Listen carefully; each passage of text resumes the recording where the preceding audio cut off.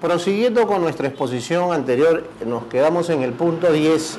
Ahora vamos a la siguiente diapositiva, en la cual nos hacen una pregunta los microempresarios y me dicen cómo debe ir dirigido el cheque cuando se va a pagar el AFP impuesto. O también algunos dicen cómo debo girar el cheque cuando voy a pagar los diversos tributos que tiene la microempresa. Es conveniente manejar los documentos bancarios por un orden y una formalidad y sobre todo por lo que nosotros llamamos seguridad. El cheque va a nombre de la AFP, Banco de la Nación o en nombre del banco autorizado como receptor del pago por convenio con SUNAT. Entonces ahí se ponen los montos en el cheque que se deba pagar, por ejemplo, para el caso de las MIPES, pagan el 9% del sueldo mínimo legal.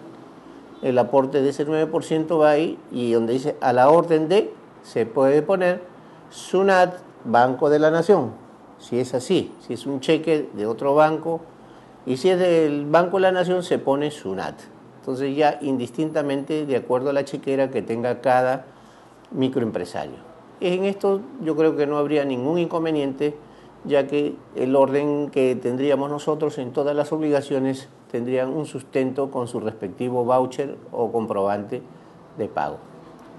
En el siguiente punto, en el número 12, me dice ¿qué procedimientos se debe seguir si la SUNAT embarga las cuentas? Es una pregunta bastante interesante, ya que en estos momentos la Intendencia de Fiscalización entiende de que a veces hay cobranzas que no realiza el microempresario por múltiples situaciones de índole comercial.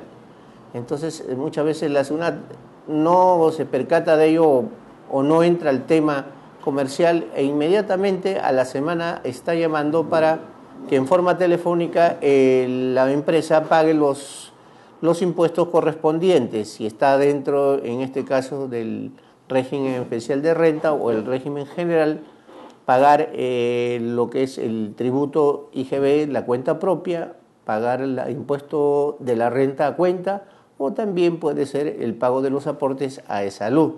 Entonces inmediatamente nos llaman telefónicamente. El segundo paso es un requerimiento de pago en forma escrita que muchas veces nos llega a través del buzón electrónico. Ojo que esto es muy importante, señores microempresarios, porque también en anterior exposición dije que no solamente el contador, el consultor debe estar determinando el conocimiento del manejo electrónico de la clave SOL y el código de usuario, sino también siempre el administrador de la empresa, ¿no?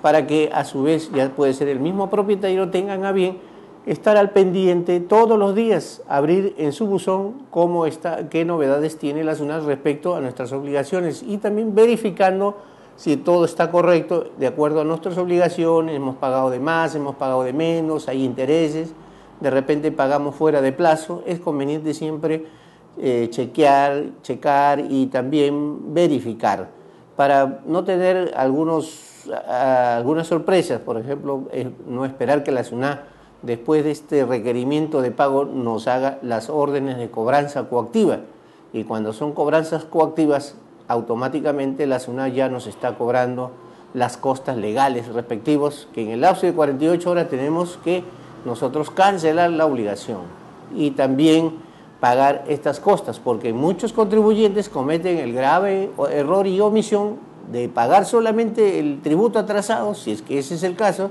y se olvidan de pagar las costas judiciales con los códigos correspondientes, que en todos los temas que estamos tratando, punto por punto, vamos a hacer una casuística. Y inmediatamente nosotros podamos informar al ente tributario en lo que a recaudación y a la parte legal corresponde para que nos levanten el embargo una vez cancelado dicha obligación. En este punto no sé si hay algunas preguntas. Pasamos al punto 13. ¿Cómo actualizo mi ficha RUC? En estos momentos acabo de mencionar que es muy importante el manejo de la clave SOL y puedo actualizar los datos. Si la empresa ya está inscrita, ya tiene su ficha RUC electrónica, su clave y todo ello, nosotros de todas maneras debemos comunicar cualquier cambio que ocurra en nuestro RUC dentro de los plazos legales señalados en las normas. Por ejemplo, un caso muy breve. Si tengo que aperturar un establecimiento anexo o una sucursal, lo que inmediatamente tendría que hacer es presentar a la SUNAT un recibo de agua, luz o teléfono a la institución, ¿no?, para que autorice y verifiquen previamente si este establecimiento, que va a funcionar como una filial o sucursal, va a funcionar ahí y va a tener que existir una persona para que al momento que el verificador SUNAT vaya, corrobore que exactamente ahí va a funcionar dicho establecimiento. Quedando ya, si es que se encuentra, firma el cargo, quedando actualizado y sobre todo verificado para su posterior funcionamiento en lo que respecta a la actividad como establecimiento. O también podría ser que ya no esté laborando en el mismo domicilio anterior, sino en uno nuevo. De la misma manera se tiene que hacer todo este procedimiento. E inmediatamente, entonces, hay que tener bastante cuenta que esto es muy importante, porque a veces las empresas hacen los cambios, pero no solamente es por el nivel electrónico, sino tiene esto que hacer en forma documentaria y personal a la entidad, a la intendencia correspondiente. Una pregunta, a ver, dígame. Yo participo en licitaciones, soy una pyme registrada en REMIPE y participo en licitaciones, y me he dado cuenta que en alguna oportunidad aparece un estatus en mi cuenta de SUNAT, porque ahí me dicen ellos, tienes un estatus de no habido o un estatus, ¿cuál es el otro estatus que puede? No hallado. No hallado, no habido, y de verdad que yo sí estoy en mi domicilio. O sea, yo no entiendo por qué la SUNAT, si es que yo estoy siempre en mi domicilio, porque después de ya haberme verificado, o sea, ya habiendo estado verificado, después cambia mi situación a no hallado, no habido. O sea, ¿qué es lo que yo no he hecho para que esto pase? Esa es una pregunta. Y la otra pregunta es, yo tengo un directivo que hace muchos años era directivo accionista de la empresa, pero que luego lo cambié. Sin embargo, todavía esos datos figuran en ficha RUC. Entonces, ¿cómo yo actualizo esos datos para que... Yo pensaba que cuando iba a registros públicos eso era automático. En registros públicos lo cambié, ya no aparece más como accionista, pero en la ficha RUC se mantiene todavía ese concepto. Si me pueden ayudar con esa pregunta. Bueno, las dos preguntas que me acaba de hacer los señores acá de la PYMES es muy importante, y hay que tener bien en claro los conceptos. El tener una empresa que dice en el domicilio fiscal no hallado a no habido son conceptos muy diferentes.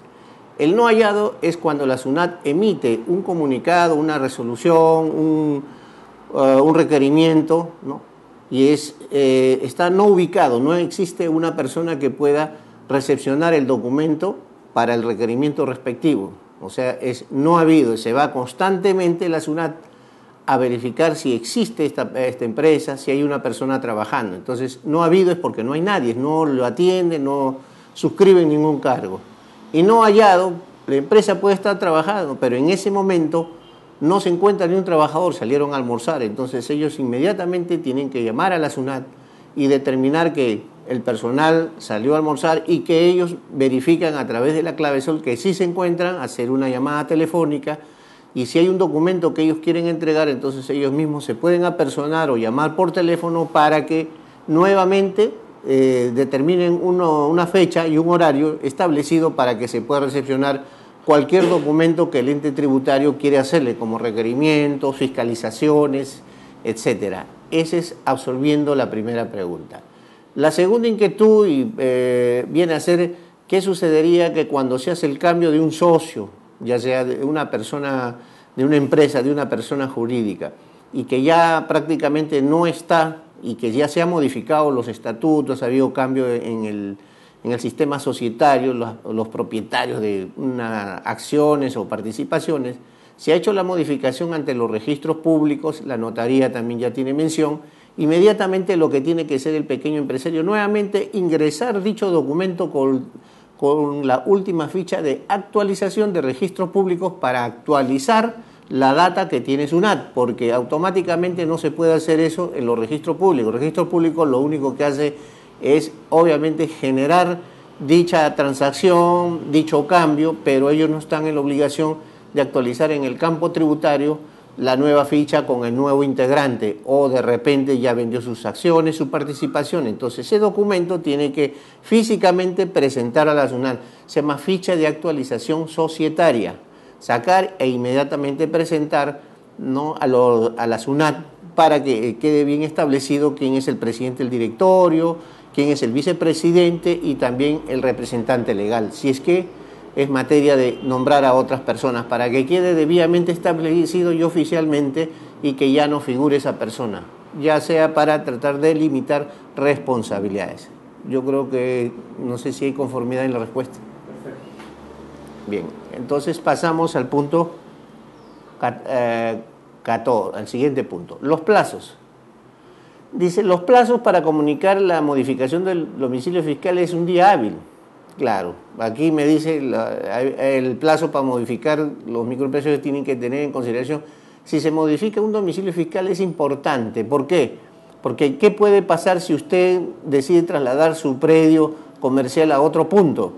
Entonces, ¿qué va a suceder? Vamos a tener tres hechos fundamentales. El primer hecho va a ser que al momento de que usted en el nuevo domicilio, que todavía está en formalización, el cliente que le puede comprar o adquirir un producto se va a dar cuenta que los documentos muchas veces, ojo, los documentos tienen otro domicilio. Y si son físicos, ya en este momento nosotros sabemos, ojo, ya estamos en junio del 2015, los documentos, muchas de las empresas se están habilitando, esas son las medianas y grandes empresas, al sistema electrónico de emisión de comprobantes de pago. Ya pueden ser facturas, que ese va a ser un tema que más adelante vamos a explicar, y ya pueden ser boletas de venta. Pero tratándose de microempresas, muchos de ustedes todavía tienen una buena cantidad de comprobantes de pago. Y si ustedes se trasladan a otro domicilio fiscal y no han comunicado nada a la SUNAT, entonces el cliente que compra o adquiere un producto, bien o servicio, va a decir, esto no concuerda con el domicilio que usted me está atendiendo. Entonces ahí tenemos un primer problema. Es el primer problema, va a haber la observación de parte del cliente. El segundo problema va a ser de que ese documento no va a ser válido en ese instante. ¿Por qué? Porque nosotros, para que un comprobante de pago sea real, sea creíble y tenga para que pueda valer el crédito fiscal, tiene que coincidir el punto de venta, el punto de la comercialización con la actividad donde se desarrolla. Y si no fuese así, entonces ya estamos en el segundo hecho, de que no le pueden hacer valer su crédito fiscal si es que se da. Y el tercero, que muchas veces nos acometemos a que la entidad tributaria nos pueda sancionar si es que detecta y hace una verificación de nuestro domicilio fiscal, y además las notificaciones que nos pudiera hacer o requerimientos van a ir al primer domicilio y no al nuevo. Entonces inmediatamente lo que tiene que hacer el contador o el responsable administrativo es colegir inmediatamente y subsanar inmediatamente, si es que hubiera esa omisión, el domicilio. Como hace un momento dije,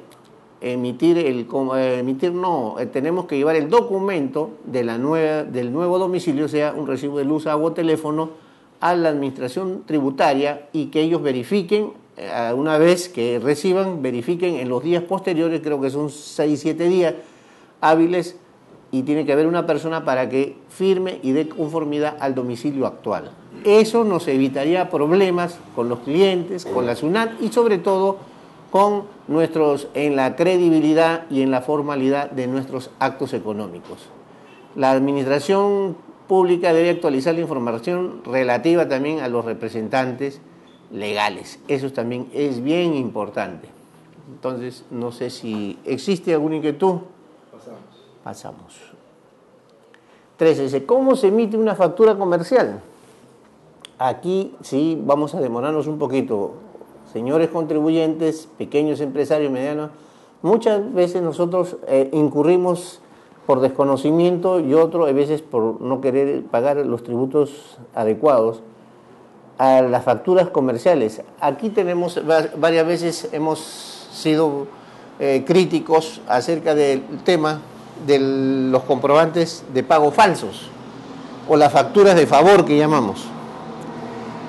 La Superintendencia de Administración Tributaria, que dio una resolución 210-2004, SUNAT, decía que los comprobantes de pago falsos van a tener consecuencias fiscales de su uso. ¿Qué sucede? Por ejemplo, las facturas de favor. Las facturas de favor muchas veces lo entendemos como una maniobra evasiva. Actualmente se puede emitir bajo dos modalidades, física o virtual. Es decir, una factura electrónica. Para ello ingresará con la clave de sol correspondiente al contribuyente. Si usted va a emitirlo electrónicamente o va a emitirlo en forma manual. Si es pequeño empresario, yo creo que la mayoría todavía está esperando a que de una vez el Estado, a través de la Intendencia SUNAT, determine en forma ya obligatoria que todos, sean microempresarios, medianos y grandes empresarios, emitan sus comprobantes de pago en forma electrónica. Pero mientras tanto, todavía existen pequeñas empresas en las cuales se están determinando facturas todavía físicas. Esto vendría a ser esto. También, de acuerdo, hay una multa por declarar cifra o datos falsos cuando emitimos facturas falsas, de acuerdo al artículo 178, numeral 1 de nuestro Código Tributario. Incluso hay hasta pronunciamientos del Tribunal Fiscal que una operación no es real si se llega a establecer que alguna de las partes o el objeto de la transacción no existe o son distintos a los que aparecen consignados en los comprobantes de pago reparados. Hay que tener cuidado, señores contribuyentes, pequeños y microempresarios. A veces uno por la premura o tratar de esto, con eso no estoy diciendo que ustedes lo hagan, pero más vale la prevención antes de la infracción. Eso es. Doctor Correa, si me permite una pregunta. En la pregunta anterior, y en las dos anteriores en realidad, se han tocado temas que están vinculados con esta pregunta. Por ejemplo, nos trasladaron la pregunta del caso que un socio había dejado de pertenecer a la empresa, ese trámite se había hecho en la Superintendencia Nacional de Registro Público, en la SUNAR, y el contribuyente asumió que automáticamente iba un angelito y llevaba la comunicación de este cambio a la SUNAT. Eso no existe, ¿no? Porque si bien es cierto, ambas son instituciones públicas, trabajan independientemente. Lamentablemente, la ventanilla única del Estado a nivel de instituciones públicas todavía no funciona. Hay algunos intentos, pero lo ideal sería que ya estén entrelazados, tengan convenios de actualización de datos en forma automática entre la SUNAR y la SUNAT. En todo caso, la responsabilidad, como se dijo, es del contribuyente, de comunicar no solo a la SUNAT, sino también a la SUNAT. Ahora, respecto a datos falsos que se está tocando en este punto, yo señalo que también el cambio de dirección, si no aplicamos un sello en la factura que tiene la factura física con la antigua dirección, entonces también se puede interpretar como datos falsos para SUNAT. Y además hay otra implicancia también con la municipalidad, ¿no? Una cosa es la licencia en la dirección A y otra cosa es la licencia en una nueva dirección. Tiene que tramitarse también oportunamente. Claro. En un caso, sí. La observación es muy buena respecto, sí, faltó agregar algo importante, que en las facturas al momento de hacer el cambio del domicilio fiscal, sea por una sucursal o una oficina principal de la entidad comercial, en la factura física que tenía, obviamente habría que poner un sello con el domicilio actual una vez modificado, hasta que pueda culminar o pueda ya utilizar todos los comprobantes y ya con los nuevos, ya sea en forma electrónica o en forma física, poder obtener ya con el domicilio real, para no, digamos, dilapidar los dineros en cuanto a la confección de esto. Entonces yo creo que eso es importante, está buena la tingencia en función a que siempre es bueno colocar en el comprobante de pago, en las boletas y en las facturas, un sello con el nuevo domicilio. Sí, es un detalle muy importante para no caer en la infracción. Eso se sobreentendía, pero teníamos que reiterarlo. Gracias por la observación, es muy importante ese detalle. Entonces ya hace un momento vimos cómo se emiten las facturas comerciales. Ojo que hay que tener cuidado con las facturas de favor. Ojo con el reglamento de multas de la SUNAT por utilizar documentos falsos. Pasando al siguiente punto, ¿qué es el pago? Sí. Una pregunta. Con respecto a estas facturas falsas que mencionas, si yo emito una factura por 10.000 soles o 20.000 soles, a veces sucede por temas de caja o problemas de pagos, que el empresario no te transfiere directamente el monto a tu factura, sino te lo manda por partes o a tu cuenta personal, o no te lo manda en el monto correcto. En una licitación que tuve con el Estado, me observaron porque el depósito que tenía difería de 1 céntimo con la orden de servicio. Y el Estado me dijo que por ese céntimo eso estaba prohibido, hasta penado, que debería coincidir los montos exactos. Y yo digo, pero si yo no ordeno el depósito y a mí que me transfieran 10.000 o 9.999 no me da igual. O sea, para mí no hay problema porque 1 centavo no me ocasiona ningún problema, pero para el Estado sí. Entonces, ¿cuál es la rigurosidad en el tema de las transferencias? ¿Qué es lo que yo tengo que considerar? Porque ya la factura está bien, ya sé cómo emitir una factura, pero cuando me hacen el pago y tengo que constatar ese pago del documento contra lo que me pagan directamente, ¿cómo hago ahí? Ya, claro, son inquietudes operativas en las transacciones de una MIPES con el Estado. Cuando sucede ese tipo de casos, nosotros tenemos en nuestro reglamento y comprobante de pago una gama de salidas técnicas, tributarias, administrativas y contables. Muchas veces difiere la factura que nosotros le podamos hacer al Estado por cantidades menos o cantidades más. Y también la forma de pago bancarizado a través de las transferencias que nos hace la entidad del Estado. Cuando existiese así, o pago de más o pago de menos, para eso tenemos nosotros el comprobante complementario que son notas de débito o notas de crédito, para poder nosotros compensar esas diferencias. La nota de débito o cargo es cuando hay una cifra menor y que había un reajuste, entonces eso va a incrementar nuestro ingreso si es para una cobranza, y si es para un descuento o si es por un gasto administrativo o un gasto técnico, sería en este caso la utilización de una nota de abono, que llamamos nota de crédito o abono, para compensar y poder exactamente coincidir con la emisión de la factura versus el pago correspondiente que el Estado tiene y evitarnos casualmente el problema que acaba de mencionar. Eso sería, digamos, una salida técnica administrativa. Cuando yo emito la factura al mes y no me pagan, ¿puedo anular la factura o ya está declarada ya? Ahí hay un problema de tipo comercial. Ahí quiero también a los empresarios que tengan bien en claro, en problemas comerciales la SUNAT no interviene, si te pagan más, si te pagan menos. Ellos prácticamente fiscalizan las facturas emitidas.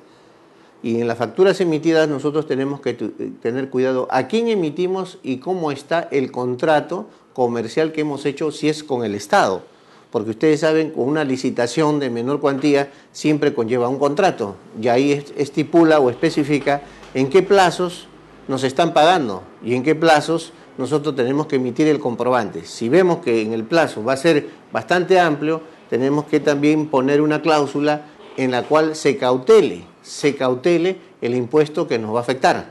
Y si no es así, existe, por eso que el Estado ahorita está sacando la ley del factoring. Ojo, ese es un tema que lo trataremos adelante. El factoring viene a ser la presentación del contrato que hagamos con entidades públicas o privadas con una entidad financiera a efecto de tener liquidez inmediata y cumplir con nuestras obligaciones primarias, entre ellas el pago a los trabajadores y el pago de los tributos e impuestos.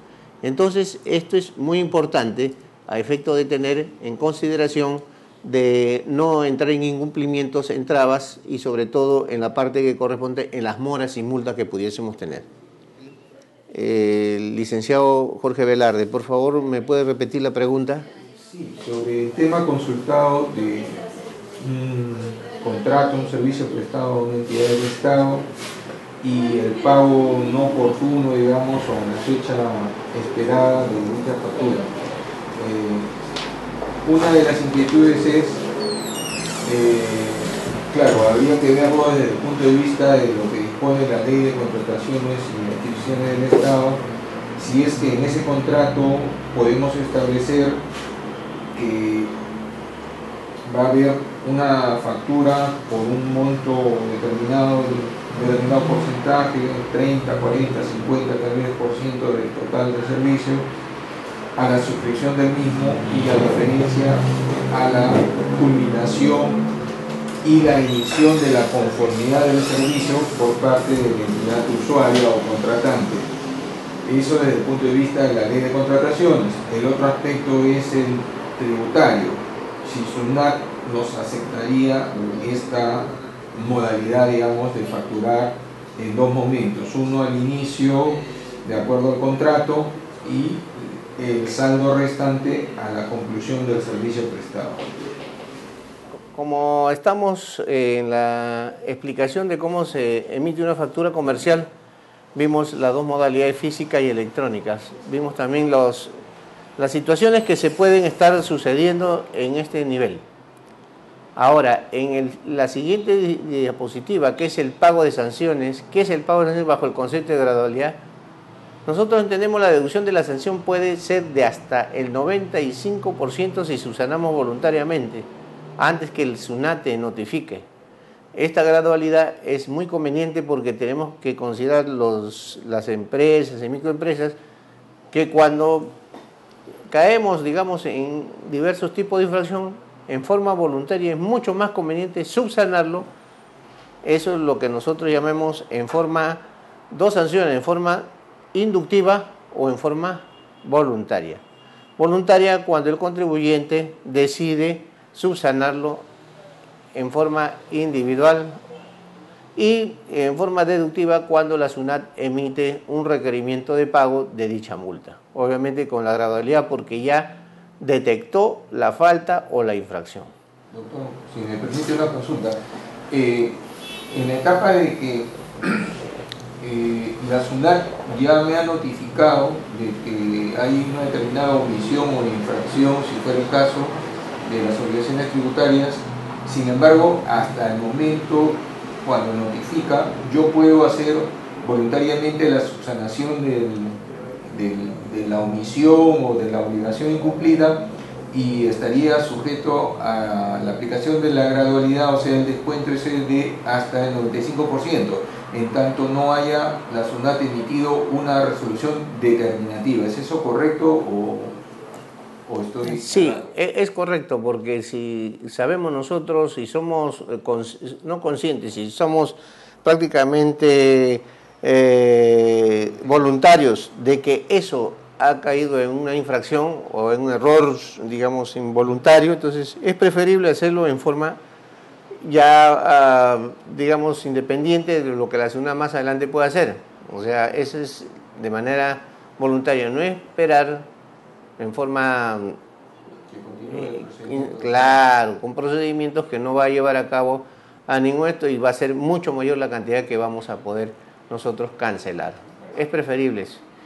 En el siguiente punto, dice la auditoría de la SUNAT a las facturas de favor y las facturas falsas en los créditos del IGB indebido, regularización y delito tributario. Como anteriormente estuvimos explicando hacer los comprobantes de pago, la SUNAT intensificó una campaña relacionada con las facturas falsas, las facturas de favor, y se hizo auditoría contra estas situaciones, no solamente para desconocer el gasto y el crédito fiscal, sino para denunciar penalmente a las empresas que presuntamente hayan tenido estas prácticas.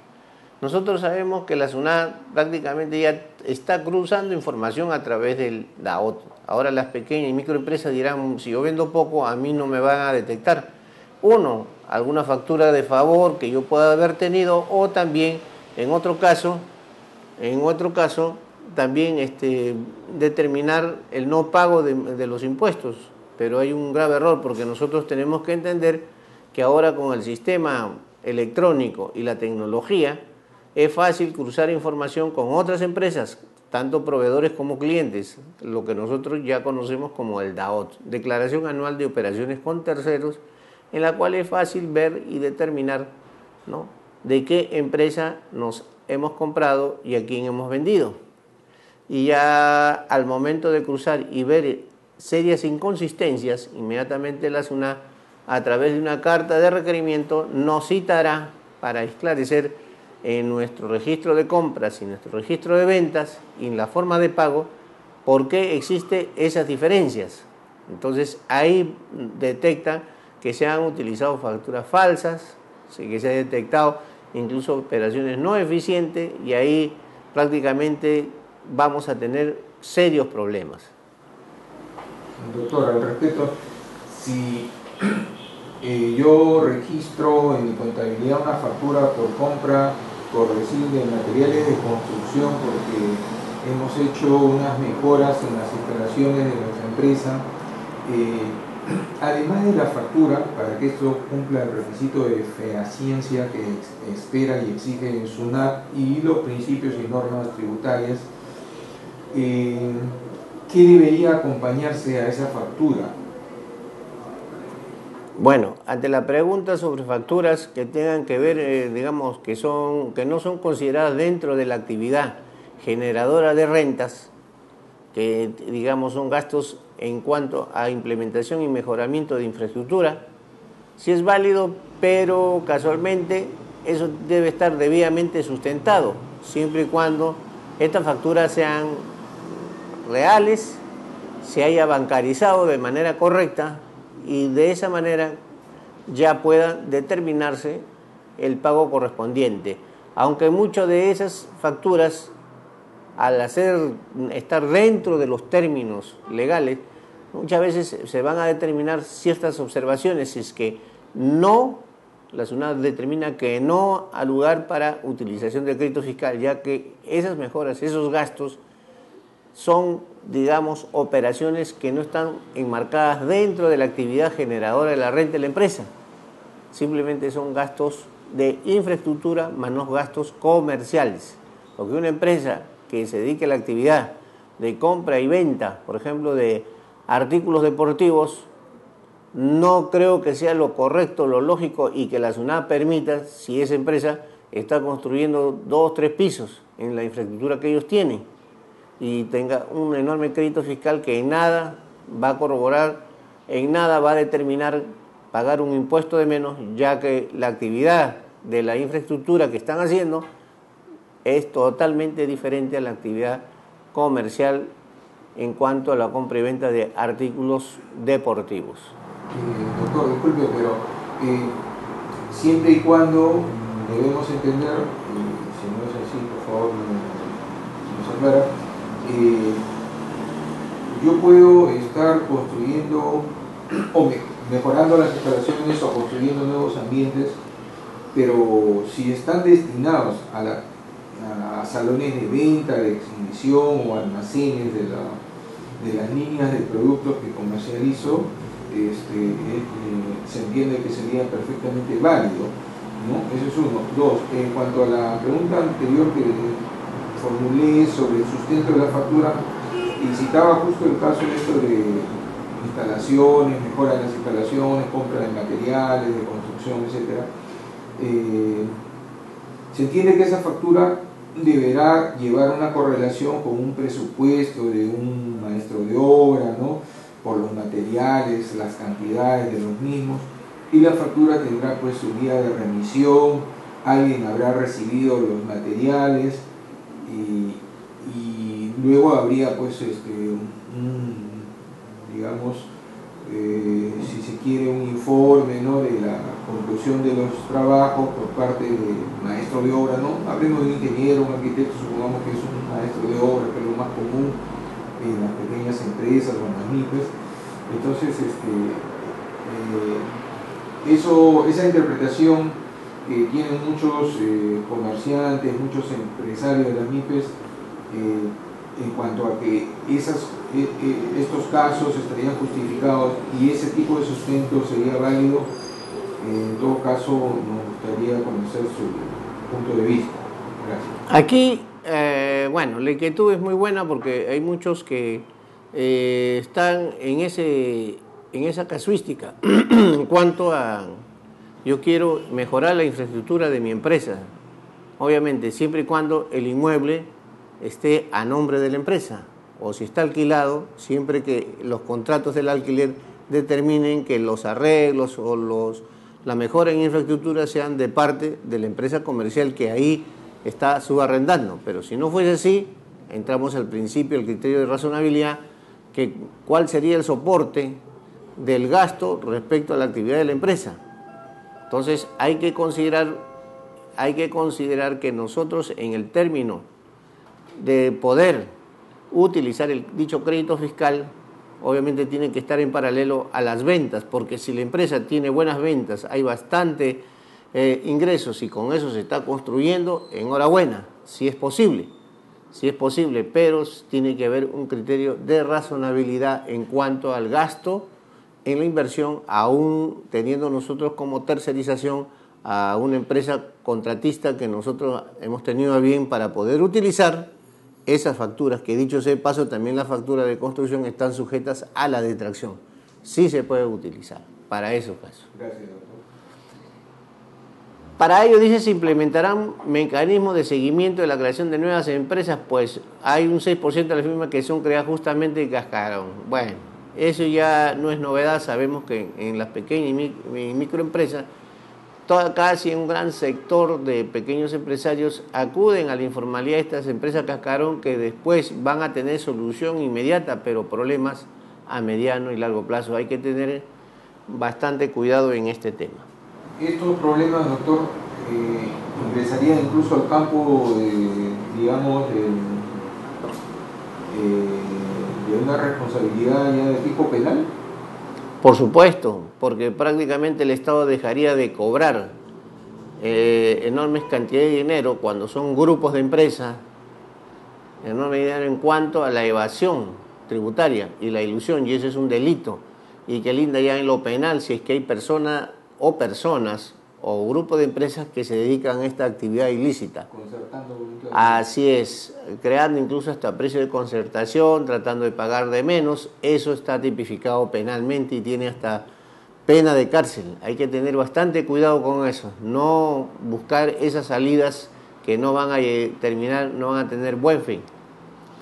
Ahora, en el siguiente punto, auditoría de la SUNAT a la factura de favor y facturas falsas en los créditos del IGB indebido, regulación y delito tributario. Es una complementación del anterior.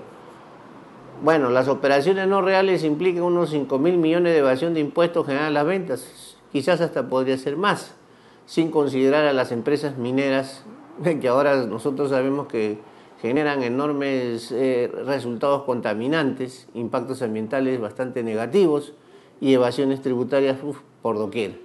Entonces, eso superaría largamente los 5.000 millones. Por cada 100 soles de gasto no deducible se logran 48 de evasión entre el IGB e impuesto a la renta. Claro, esto es nada más referencial, pero hay que tener cuidado que todo lo que no sea lícito, todo lo que sea factura de favor o la duplicidad de la contabilidad está considerado penalmente como un delito. Y la deducción de la sanción puede ser de hasta 95% si subsana esa voluntaria, aunque la SUNAT te notifique. Pero prácticamente si detecta que hay facturas falsas, va a tener que modificarse totalmente. Ojo, señores contribuyentes, ojo, microempresarios, por utilizar facturas de favor o falsas, va a tener que modificar no solamente todo, porque la SUNAT es un requerimiento tributario. Al observar y ver las inconsistencias, se van a dar cuenta que se va a modificar la declaración mensual y por complemento la declaración anual, teniendo que pagar el impuesto general a ventas real, la renta mensual a cuenta y también toda la declaración anual que haya podido presentar utilizando esta factura de favor. O sea, es un efecto cascada. Es un efecto cascada y lastimosamente la empresa se encontraría en serios problemas, muy serios problemas. Entonces hay que tener mucho cuidado en cuanto a la utilización de facturas de favor, facturas falsas y otros temas. Al respecto, doctor, ¿encuentra usted que sería válido hacer una reflexión en el tema de que todos los contribuyentes tenemos el deber de contribuir? Porque al contribuir con el pago de nuestras obligaciones tributarias estamos permitiendo el financiamiento del presupuesto nacional y el cumplimiento de las grandes tareas que tiene el Estado, aun cuando esto específicamente no está señalado en nuestra Constitución. En otros países sí la Constitución recoge este principio, pero este deber de contribuir también, entiendo, es invocado por la SUNAT cuando nos hace la fiscalización en las auditorías y cuando determina las inconsistencias de nuestras declaraciones. ¿Qué nos puede comentar al respecto? Bueno, aquí hay dos conceptos definidos, uno el técnico y el otro político. El técnico es que, como hace un momento lo acaba de mencionar y lo acabo de explicar también, aparte de la evasión, elusión y las posibles consecuencias de tipo penal, estamos nosotros mismos engañando la realidad de los hechos en cuanto a la radiografía integral de la microempresa o empresa que tenemos. O sea, nosotros mismos, al ser empresarios, microempresarios, estamos poniéndonos trabas para nuestro propio crecimiento, cuando en el nivel técnico, ¿no?, debemos manejar las cosas de una manera más formal, más seria, más ordenada, ¿no?, y generando niveles de planificación a futuro, y no solamente ver la manera que la evasión nos va a solucionar los problemas inmediatos, sino determinar en un proyecto de mediano y largo plazo los sistemas de inversión que podamos tener, que eso para nosotros sería interesante, y sobre todo ver el mercado externo como posibles y potenciales compradores. Ya no tenemos que solamente mirar el árbol, sino el bosque. Eso es en el campo técnico. Y en lo político, obviamente estaríamos poniéndole más trabas al Estado, que somos todos, para la recaudación y la elaboración de un buen presupuesto del Estado para las obligaciones inmediatas que tenemos en el país, como es la educación, la salud, la vivienda, la seguridad y todo ello. Que los gobiernos de turno lo cumplan o no, ya esas son decisiones que salen fuera de ese contexto, pero ese es el objetivo básico. No sé si hay otra inquietud. No, simplemente una reflexión final. En este sentido, yo entiendo que hay un trasfondo que evidencia aquí la ausencia de una cultura tributaria en la gran mayoría de los contribuyentes de las pymes, y por otro lado una corresponsabilidad del ente supervisor, que en este caso es la Superintendencia Nacional de Administración Tributaria, quien debe desplegar todos sus esfuerzos para divulgar el conocimiento de los temas tributarios, conseguir la toma de conciencia del cumplimiento tributario, de lo que mencionábamos minutos antes, el deber de contribuir, que es un principio invocado, recogido por la doctrina internacionalmente, tanto así que hasta figura en muchas constituciones en otros países. Es todo. No sé si usted quiere agregarnos algo. Entonces simplemente estar, que le habla Magíster CPC Luis Correa Vilches, en el panel también me está acompañando el Magíster CPC Jorge Velarde Perales. Ahí ustedes, señores microempresarios de pymes, tienen nuestro respectivo correo. También trabajamos dentro del sistema organizacional con la Cámara de Comercio Exterior CAME, todo lo que es pymes en comercio de exportaciones, importaciones, marketing. También estamos complementando en estas diapositivas el interés que puedan tener las pymes en cuanto a la parte técnica, funcional de su contabilidad, la tributación, sobre todo los niveles preventivos para el desarrollo de dichas empresas. Eso sería todo en esta diapositiva. Me despido para una próxima oportunidad y le daremos nosotros ya la casuística práctica a cada uno de ellos. Si me permite unas últimas palabras, doctor, la reflexión final sobre esta charla que hemos venido desarrollando para colaborar con inquietudes y realidades que viven las pymes, la reflexión es que ustedes deben ser conscientes de que ustedes hacen gestión. Desde que ustedes crean una empresa y empiezan a desarrollar una actividad, comercial o de servicio o mixta, ustedes están haciendo gestión, y la gestión tiene que ser integral. La gestión pasa por conocer los conceptos generales y básicos del control interno, los principios de la administración del personal y luego los subyacentes temas contables, tributarios, en los cuales para ello están los profesionales que es nuestro campo natural de acción y en el cual por nuestros conocimientos, nuestros estudios y nuestra experiencia podemos brindarles un valioso apoyo en la medida que nos puedan brindar esa confianza. Muchas gracias. Bueno, gracias a todos, ya con las últimas palabras del magíster CPC Jorge Velarde. Hasta otra oportunidad, señores microempresarios, pequeños empresarios, le tendremos casuística y muchas novedades de actualización. Buenas tardes.